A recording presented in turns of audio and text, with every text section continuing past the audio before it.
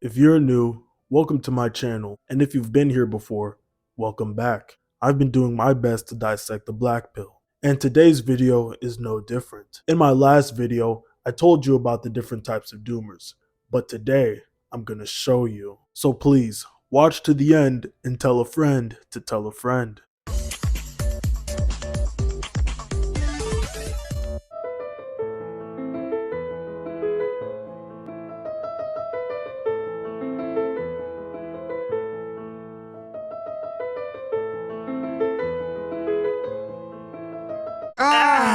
Turn it off! How long were we in there? Hours! You were in there for hours! Now we're never gonna make it to the dealership in time! It closes in 30 minutes! We're sorry. We didn't know it was daytime. There aren't any windows in the arcade. Excuses! Excuses! How am I supposed to trust you when all you give me are excuses? When are you two gonna learn that your actions have consequences? Consequences that affect other people, like me!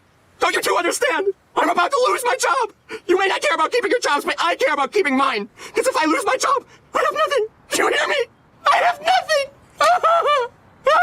For those of you who don't know who Benson is, he's most known for being a hot-headed buzzkill who works as the manager at the park, but this is only the tip of the iceberg. When Benson was younger, he used to be the all-star drummer in a globally famous rock band, and he was even a master at stick hockey. Personality-wise, Benson comes off as a stick in the mud, mainly because he is constantly threatening to fire Mordecai and Rigby, due to the fact that these two are the most moronic and incoherent employees known to man. They're incapable of buying tortillas, raking the leaves, and setting up the chairs. As a kid, I aligned with the childish, fun-loving nature of these two grown men. But as a grown man, I see why Benson loved these two, but also couldn't stand them. Benson understands that it's great to have fun, but you need to lock in when work needs to be done. It's safe to say that Benson even sees a bit of himself within Mordecai and Rigby. Benson had worked a few jobs and engaged in multiple hobbies before ultimately settling down with a career as park manager. At first glance into Benson's personal life, it doesn't sound half bad. He still gets to work with his closest friends, he has his own apartment, a car, a few pets, a love life, and fortunately has managed to retain his skills from his drumming and stick hockey days. With that being said, you're probably wondering, what makes him the best choice to showcase the realistic doomer archetype? Well, bear with me and your questions will be answered. In Season 3, Episode 26, our favorite buffoons decide that it'd be a good idea to go extreme carting.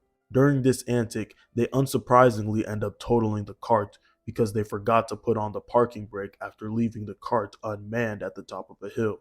The cart rolls down the hill and crashes right in front of Benson and Mr. Maylard. In case you didn't know, Mr. Maylard is the owner of the park.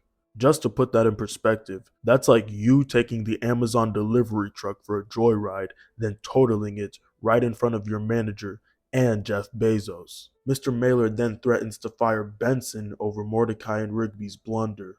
The only way Benson will be able to keep his job is if he can manage to take the carts to the dealership so it can be repaired.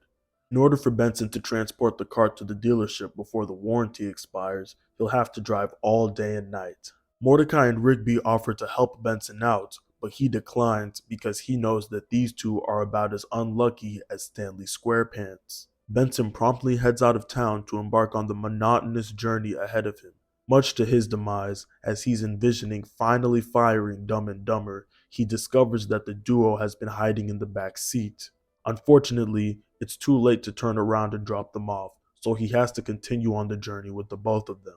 Benson then orders the two to do completely as he says, but yet again, they fail at this task, which results in Benson being blinded by miscellaneous napkins, causing him to lose sight of the road and attracting the unwanted attention of local law enforcement. This of course sends Benson into a deeper fit of rage, causing him to lash out at Mordecai and Rigby as he essentially puts them in timeout and instructs them to sit and do nothing. Benson, why do you hate us so much? I don't hate you guys. I just hate some of the things you do. Okay, I really hate some of the things you do. I know you don't mean them, but I'm your boss, and it's my job to push you to do better. This shows that underneath Benson's tough gumball machine exterior is a good guy with a big heart who truly cares for Mordecai and Rigby. He just wants more out of them because he knows that they're capable of achieving greater things in life. In this scene, Benson takes a step away from the overbearing, strict parent role and into a loving older brother who's made the same mistakes but wants to see you not fall victim to the same blunders that steered him off his track during his youth. Benson may frequently come off as harsh and condescending, especially when he's in boss mode, but I believe that his heart has always been in the right place. He's dedicated his life to maintaining order, productivity, and customer satisfaction at the park. As the realistic doomer, Benson knows that his life is pretty much set in stone. He outgrew his childlike optimism when life didn't appear so promising. He witnessed his own student get his head chopped off in the game he fell in love with. Oh, my neck! Dave!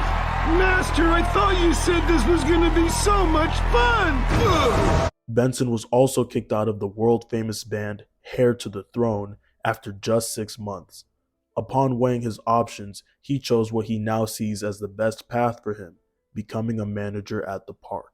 In Season 3, Episode 1, Benson warns Mordecai and Rigby about the dangers of stick hockey. Long story short, the duo find themselves competing in an extreme stick hockey tournament where they're getting pummeled and losing 7-32. This is where they begin to realize that maybe Benson was right. Benson tracks down the location of the tournament and barges into the arena so he can finish what Mordecai and Rigby started. This is where Benson relives the aforementioned trauma he faced back in his stick hockey days. He ends up pulling a Tom Brady in Super Bowl 51 level comeback by defeating Chong and regaining his honor. After winning back the stick hockey table, Benson hits Mordecai and Rigby with another heartfelt monologue. There you go. Good as new. Thanks, Benson. Before you say anything else, I want to apologize for getting rid of your game. I shouldn't have gone back on my word. That's cool. I guess I just didn't want to see you end up like me. Some dried-out loser stuck working at a park because he wasted his life playing stick hockey.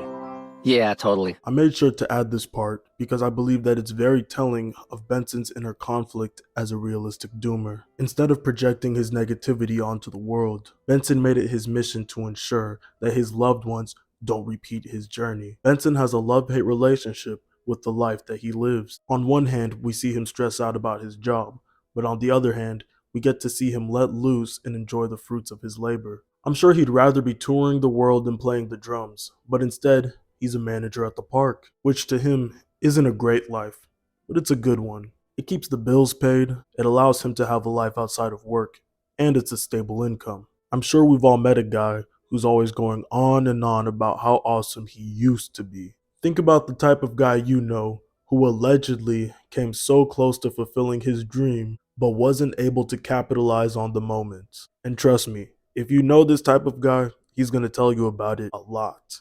And now he starts every conversation talking about how he's going to go pro or be a billionaire or start a business. Now, I'm not saying you have to give up, but maybe call an audible or head back to the drawing board. Choosing a different path does not mean you'll end up at a worse destination. What you seek is what you reap. If it's meant for you, you'll have it. Whether you are that guy or know that guy, the best advice I can give to this type of person is to live in the moment.